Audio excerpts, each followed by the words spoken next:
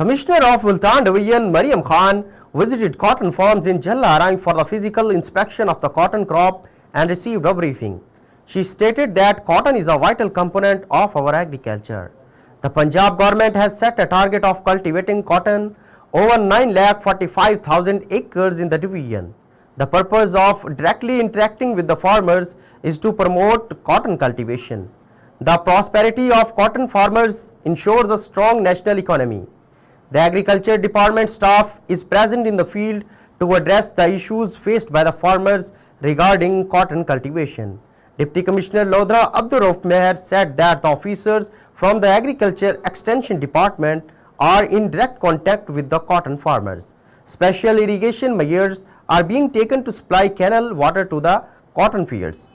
The Punjab government is taking steps to provide relief to the farmers. Officers from the Agriculture Department and farmers were present on this occasion.